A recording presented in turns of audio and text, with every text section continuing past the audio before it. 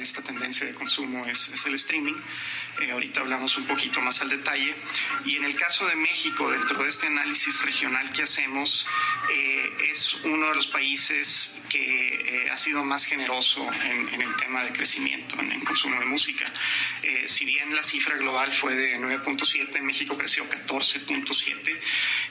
Prácticamente duplicamos el crecimiento comparado con 2017. Hay un elemento de confianza que hemos identificado de parte del consumidor en las plataformas digitales, en los métodos de streaming. Durante 2017, si bien había un crecimiento constante en las suscripciones, eran las suscripciones en esta modalidad gratuita. Entonces, lo que vimos en 2018 es que hubo un incremento significativo en la porción premium o de paga. Sí. Queremos creer que el consumidor ya entendió el beneficio y lo constató, básicamente, de tener una suscripción. Una de las ventajas es que tienes un consumo ilimitado de música, de géneros, tienes una oportunidad de descubrir nuevos artistas por una tarifa determinada, fija, mensual, ¿no? Claro. La calidad del audio, el tema de la portabilidad, de la movilidad, todo esto contribuye al crecimiento que se ha reportado en México. Hablando un poco de las regiones del mundo que han liderado este crecimiento, América Latina, y hago la aclaración, México para la finalidad de este estudio, de la metodología que utilizan. México, a pesar de que es parte geográficamente de América del Norte, se considera América Latina para estos fines. Y esta región, que fue la que tuvo el mayor crecimiento de todas, reportó 16.8% de crecimiento.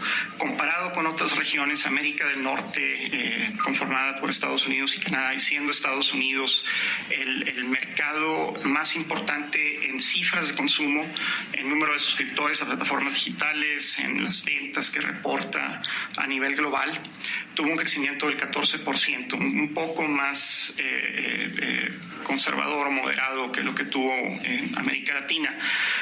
Asia y Australasia tuvo un crecimiento de 11.7%.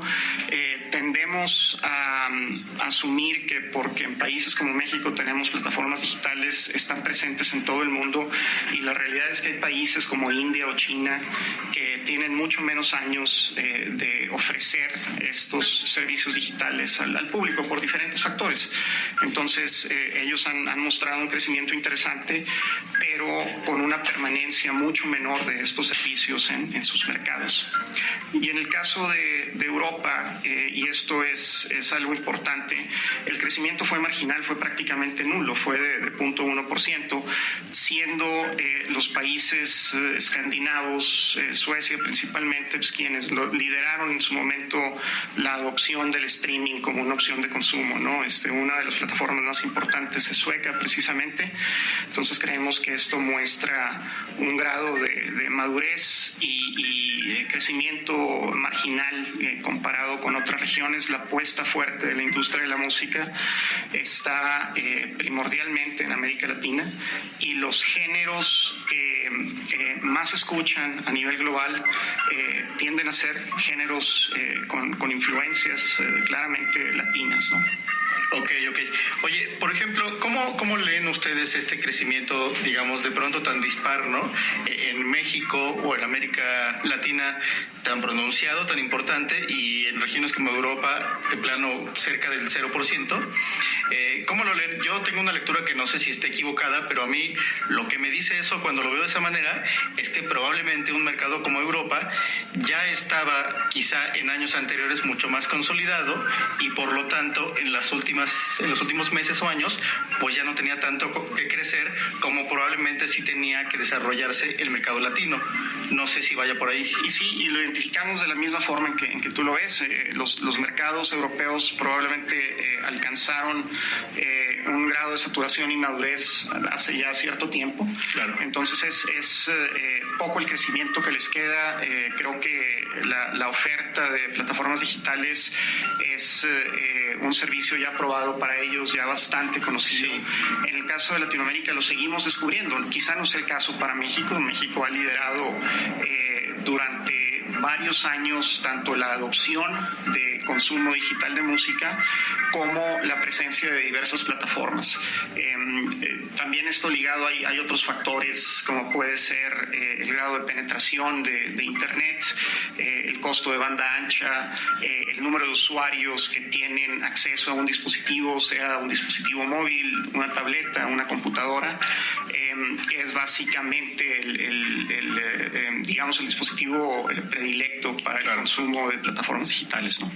Ok, y lo que ahí sí ya no me haría tanta lógica o ya no entendería tanto en primera instancia sería esa diferencia de todos modos entre Europa, que está en 0.1%, y América del Norte, que está en 14%, ¿no? Sí. Que finalmente son regiones, digamos, ricas o de primer mundo, como se les dice, que uno pensaría que América del Norte también probablemente ya alcanzó esa madurez de mercado, y de pronto vemos que tiene un 14% de crecimiento. Fíjate, hay algunos indicadores, no es el caso para 2018, pero comparándolo con 2017, cuando analizamos este Global Music Report que aporta una ficha para cada uno de los países y las características del mercado del consumo, nos empezamos a dar cuenta de algunas cosas que no son a primera instancia fáciles de asimilar. Una característica que recuerdo del mercado de la música en 2017 y específicamente el caso de Japón es que el consumo de música a través de plataformas digitales era muy pequeño, era muy moderado, pero el consumo de música en un producto físico era muy alto.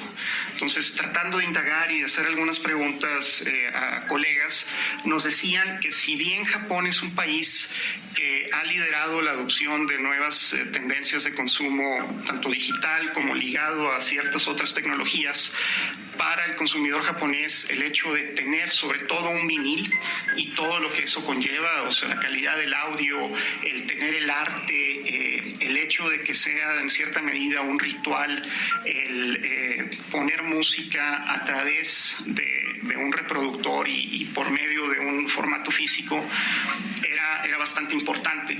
Sí. Alemania en ese mismo año mostraba, en segundo lugar después de Japón, el mayor consumo de producto físico. En 2018 se cae la venta de producto físico en Alemania. Por algún motivo el consumidor alemán determina que streaming era una mejor opción. Japón sigue mostrando una tendencia, o sea, bastante inclinada hacia el consumo físico, contestando por qué quizá en el caso de América del Norte o de Estados Unidos sigue presentándose un crecimiento importante. Está ligado también a los patrones de consumo que ellos tienen. Hay ciertas tendencias. Durante muchos años la apuesta de la industria de la música fue hacia el tema de la portabilidad y la movilidad, el hecho de escuchar música en nuestros dispositivos móviles, y ahorita hay una cierta apuesta que la tendencia se muestra más que nada en Norteamérica a consumir música a través de otros dispositivos, específicamente el caso de bocinas inteligentes. Entonces el consumo de la música está también muy ligado a nuevos dispositivos y nuevos formatos que se están utilizando para el consumo. Está también muy ligado al hecho de la salud que muestran las economías de cada uno de estos países. Estados Unidos probablemente el ingreso disponible de sus consumidores que le destinan a plataformas digitales, a dispositivos, sea mayor que en el caso de Europa, claro, por diferentes factores, y eso también de una forma u otra va sumando y muestra este crecimiento más marcado en América del Norte que en el caso de Europa. Entonces, probablemente la punta de lanza a nivel global por diferentes factores y por todo lo que estamos viendo aquí pudiera ser América del Norte. Sí, y definitivamente es un referente muy fuerte. Es el mercado que consistentemente y en esta misma tendencia de crecimiento sostenido de los últimos 4 años ha mostrado las características más saludables de cualquier región del mundo en temas de consumo consumo de música. Muy bien, está muy interesante. Si quieres, ahorita le seguimos rascando por ahí a este Global Music Report 2019. Estamos aquí con Guillermo González King, director general de Amprofon.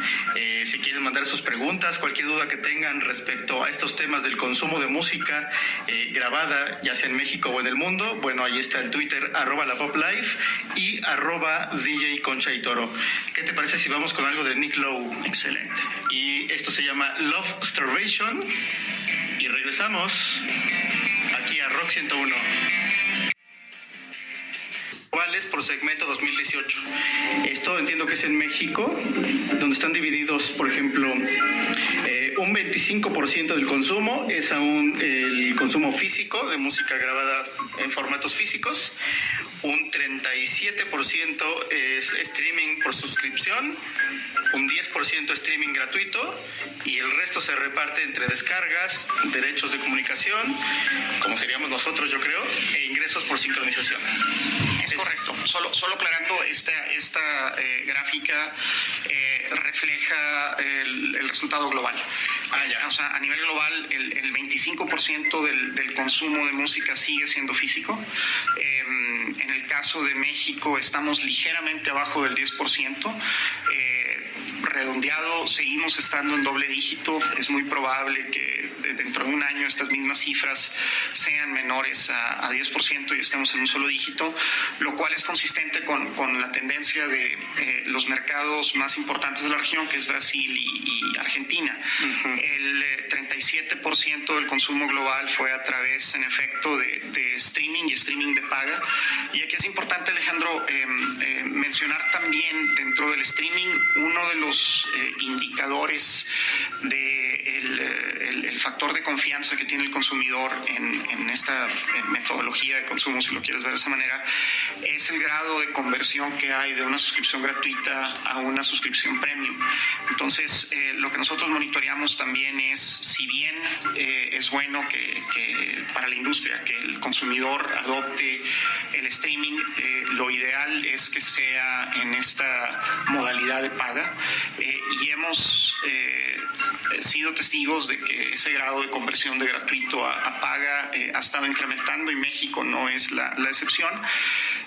A nivel global, las suscripciones de streaming gratuito crecieron no crecieron solo un 10%, y el resto de los formatos que tú mencionas, entre los que están descargas digitales, lo que son downloads, hay un componente que le llaman personalización digital. En el caso de México quizá ya no estemos en la cresta de la ola, pero hay otros países de la región que siguen comprando ringtones, por ejemplo, ¿no? Que eso también contribuye en cierta medida a las ventas globales de la industria de la música.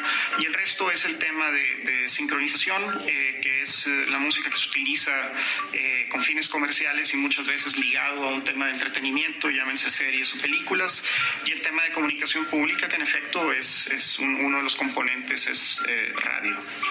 Claro. Muy bien, entonces son cifras diferentes las de México. No vienen aquí en este estudio, ¿verdad? No vienen, desconozco si en la versión que tú tengas, pero te puedo compartir, en base a lo que yo estoy viendo. El 80% del consumo en México en 2018 fue streaming. Como mencionábamos, solo el 10%, ligeramente menos del 10%, fue físico. En el caso de derechos de comunicación y sincronización, ambos suman el 5%, 4% fue comunicación pública, 1% sincronización. Y hay otra categoría que la clasificamos como otros digital, que suman el tema de personalización y downloads permanentes, básicamente. Muy bien. Guillermo, otra lectura que yo estoy haciendo de todo esto, y tú me dirás si estoy errado o si va por otra parte, es, por ejemplo, yo, digamos, identifico, y seguro que muchos de nuestros escuchas también, a Amprofon como una asociación que en muchos momentos de la vida reciente, pues ha estado ahí también en una batalla frontal contra la piratería, ¿no? Poniendo ahí una voz muy clara en ese tema. No sé si pienso que quizá en los últimos meses o años ya no veo tanto esa batalla. Pienso que probablemente la piratería ha tenido una reducción no sé qué tan grande y me hace sentido al ver estas cifras de crecimiento, por ejemplo, del streaming. ¿Será que probablemente una parte del público que consumía piratería de pronto encontró una buena alternativa en el streaming? Totalmente, Alejandro. Y te contesto, son varias las preguntas que identifico en tu comentario. Sí, definitivamente el streaming creo que el consumidor lo ha identificado como una alternativa y como un incentivo, una vez más, a consumir por una tarifa determinada todo lo que pueda de música, con una buena calidad de audio y con otras características, personalizar tus gustos a través de un playlist probablemente, y con la ventaja, vaya, de la movilidad, de que lo puedes llevar contigo, lo puedes escuchar donde quieras, en tu coche, en el baño, antes de dormir, etcétera. El tema de la piratería creo que ha sido menos visible en años recientes. La piratería siempre la identificamos probablemente con un producto físico, apócrifo, que lo encontrabas o en tianguis o afuera de un concierto, en las estaciones del metro quizá. Eso se ha reducido significativamente, sin embargo, hay una cara invisible de la piratería que se mudó al mundo digital. Entonces, gran parte de la labor que hacemos en Amprofon, que suena muy complejo, pero no lo es tanto. Trabajamos con un grupo de programadores que programan robots con códigos de lenguaje que hacen un barrido en Internet, hacen un barrido en buscadores, en aplicaciones, plataformas, etcétera, y encuentran por medio de ciertos protocolos contenido que no es autorizado por los titulares de derechos de estas producciones, y hay una metodología de notificación automatizada en donde nosotros, a nombre de nuestros representados, decimos esta persona o este sitio está poniendo a disposición del usuario un contenido no autorizado, y existe un proceso, no entro en detalle, que también de una forma automatizada permite la remoción de ese contenido. Y para que te des una idea, en 2018 el número total de notificaciones que hizo Amprofon a todos estos diferentes jugadores del mundo de Internet por medio de estos robots y por medio de estos procesos automatizados rebasó los 50 millones. Wow. Entonces sigue existiendo un componente fuerte. Si bien no podemos decir que hay una relación directamente proporcional de eliminar contenidos no autorizados y crear nuevos suscriptores, o sea, no por matar 10 sitios tenemos 10 suscriptores nuevos en plataformas digitales, sí creemos que se está haciendo mella, y hay un componente también que el mercado ha ofertado al consumidor, que es la ventaja del consumo a través de membresías de plataformas, ¿no? Claro. Ahora bien, por ejemplo, nada más como una duda casi personal, digamos, esta especie de distribución ilegal de música se persigue de la misma manera en los diferentes ámbitos. Quiero decir, por ejemplo, se persigue igual, hablo por ejemplo del caso de México, que supongo que es el que conoces mejor, se persigue igual en el caso, por ejemplo, de la distribución de discos piratas en la calle, en donde sabemos que quizá hay incluso, o sabemos que hay detrás de esos negocios mafias que se dedican a otros negocios también ilegales, incluido el de la distribución de música ilegal, que, por ejemplo, el caso de alguien que también de manera ilegal, pero a lo mejor no está lucrando, sube un disco para compartirlo con sus amigos o con quien sea en Internet. Mira, nos cuesta mucho trabajo pensar que, en base a la identificación que hacemos, cuando un sitio alcanza varios cientos de miles de usuarios, no esté lucrando. Claro. Entonces, sí hay casos que atienden las características que tú mencionas. O sea, hay contenido generado por el usuario, lo que se conoce como UGC, en donde desafortunadamente también incurren probablemente por desconocimiento en una infracción y también están sujetos a que ese contenido se retire. Pero quienes tendemos a atacar y quienes monitoreamos sí son definitivamente individuos u organizaciones que están lucrando con sus actividades.